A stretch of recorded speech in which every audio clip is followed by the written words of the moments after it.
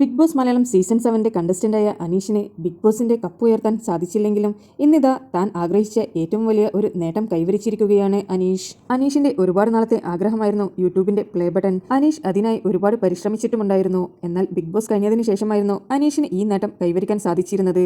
മുൻപെല്ലാം അനീഷിന്റെ വീഡിയോക്ക് വളരെയധികം റീച്ച് കുറവാണെങ്കിലും ബിഗ് ബോസ് കഴിഞ്ഞതിന് ശേഷം ഒരു വീഡിയോ ഇട്ടാൽ തന്നെ അത്യാവശ്യം നല്ല രീതിയിൽ തന്നെ അത് വൈറലാവാറുണ്ട്. വളരെ സന്തോഷവാനായിട്ടാണ് അനീഷിനെ കാണാൻ സാധിച്ചിരിക്കുന്നത്.